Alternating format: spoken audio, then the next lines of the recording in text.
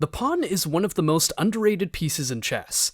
A beginner looks at the pawn and immediately goes to play with the cooler pieces. However, pawns are the foundation of a good structure in chess, and if they fall, then the whole game goes horribly wrong.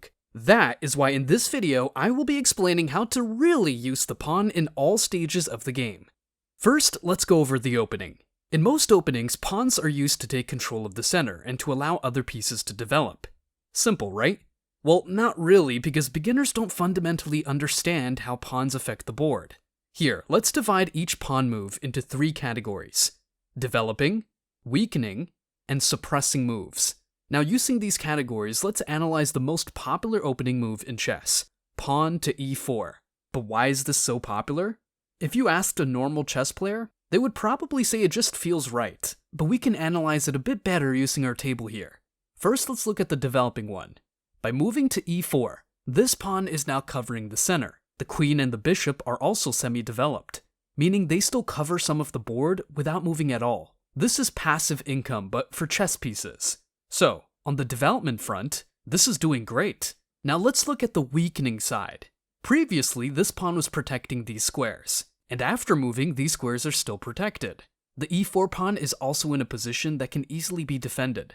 So, we are doing great on the weakening front too. What about the suppressing moves? Well, by being in the center, the opponent is kind of restricted on these white squares and he has to adjust his playstyle one way or another. With all these good stats, e4 belongs on the S tier. But now let's look at a more controversial move. Pawn to g3. The idea behind this is to put out the bishop between the pawns and then castle the king. If you play chess a lot, you have seen people play these moves, but chances are you have also seen the game end like this. Is this pawn move bad? Well, not really. It just has its own set of disadvantages that you need to be aware of. On the developing front, this move allows you to position the bishop well and get the knight out. After that comes castling and the king is tucked away in safety. For now at least. Because when you look at the weakening side, you're not doing yourself a favor. Sure, you are developing your pieces, but you are creating weak spots that can be exploited later on. And if you ever lose your key bishop while your opponent still has theirs, then you are most likely cooked. When it comes to board suppression, this bishop does cover the center and aims at the rook, but most of the time it is going to play a more passive role. So definitely A tier. If you are curious of what an F tier pawn move is, the answer is pawn to f3. It develops hardly anything because it also blocks the knight, the king gets exposed, and the opponent is free to take the center. This is what you should play if you are ever on a loss rating spiral so you can blame it on the opening. Now we move on to the mid-game. You not only have to keep in mind the 3 categories, but you also need to consider the possibilities of movement. During the opening, we just had to move up. In the middle game, pawns now have more of a choice. Do you try to take a piece? Do you go past it? Or do nothing?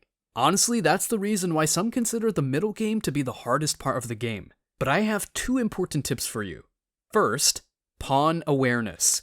Here, let's take this example. It's black to move, and it looks kind of scary. I mean, the knight and the queen target this square, so what should you do?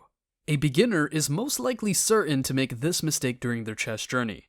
Trying to get the knight out, they will push the f7 pawn forward and then get shocked when the knight forks both the rook and the queen. To find the answer, we just have to look at our categories again. The f7 pawn was never moved, but that doesn't mean that it's doing anything wrong. In that position, that pawn offers support for the bishop, protects the king, and restricts attacks on the e6 square. If you are going to move a pawn, then those stats need to be higher, or a pawn move is just not worth it. If we move our pawn forward, we don't just allow ourselves a fork with e6 no longer being restricted, but we also leave the bishop defenseless and the king is more exposed on the white diagonals. So, comparing our stats, we realize that it's just not worth it to move the pawn. Instead, the best move is to activate our knight here to hopefully fork these pieces or at least remove the black squared bishop. Good job! You learned the art of pawn awareness. The second tip is pawn breaks. This is a pawn move that wants to open up the position by attacking enemy pawns. Sounds simple, but even grandmasters like Magnus Carlsen can make the wrong move sometimes. Here is a recent game between Magnus Carlsen and Erigaisi Arjun. Magnus does not like these pawns in the center, and neither should you since the opponent will try progressing on this side of the board. So, you need to break one of these pawns. Which one are you choosing?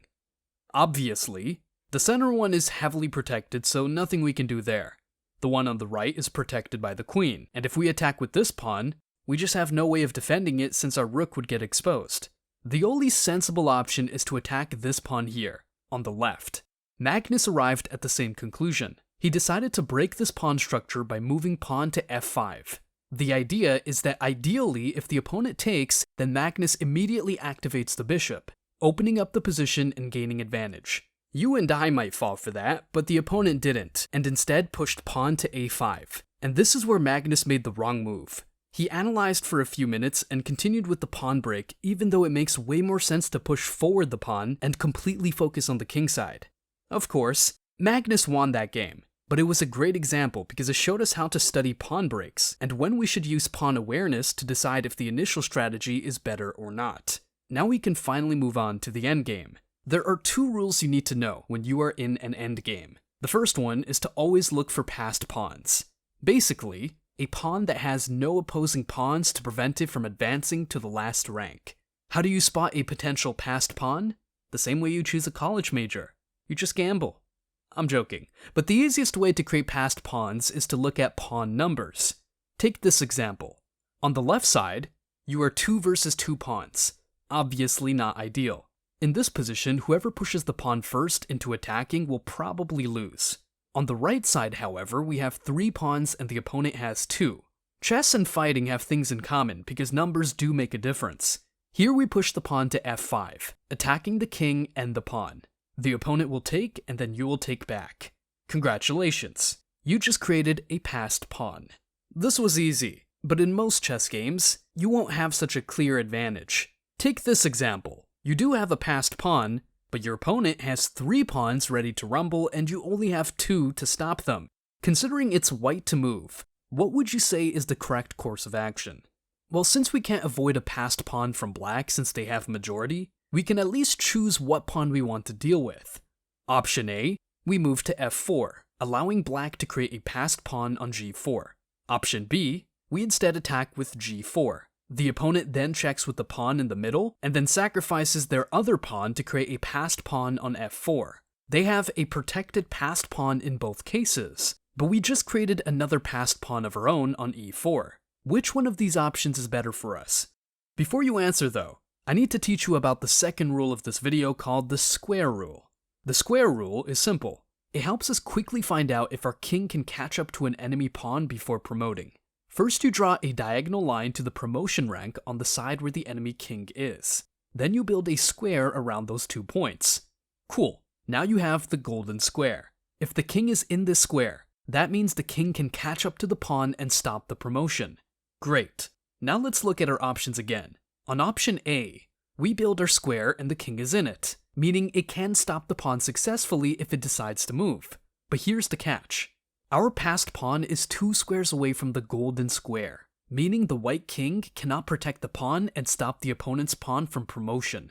This pawn here is also protected, and if we were to attack the base of the pawn structure, then we would be outside the square once again. So, we just have no way of winning. But what if we picked option B? We build the diagonal and then we build the square. The king can protect both passed pawns and stop the promotion. That's great news, but how do we win the game? First, we make sure that the white king is always in the square, meaning, whatever we do, we cannot move our king outside of that area. Next, we use both pawns to kind of protect each other. Sure, the pawns are not directly defending each other, but they are both heading into promotion, and the king has to pay attention to them both.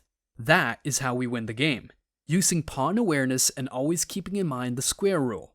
If we do this right, the black king will always have the ability to capture one of the pawns, but the moment he takes any of them, then the king will officially be out of the square and the other pawn will promote. This is why passed pawns are so great. Even if they don't promote, at the very least, they become a great threat, and the opponent has to divert attention to it, oftentimes sacrificing high-value pieces just to stop them. Overall, pawns are S tier, and hopefully this video gave you a good understanding of how to analyze pawn movements. However, you still need to memorize some endgame stuff like the king and pawn opposition. That's it. Subscribe and go blunder some pieces. Hopefully, not pawns.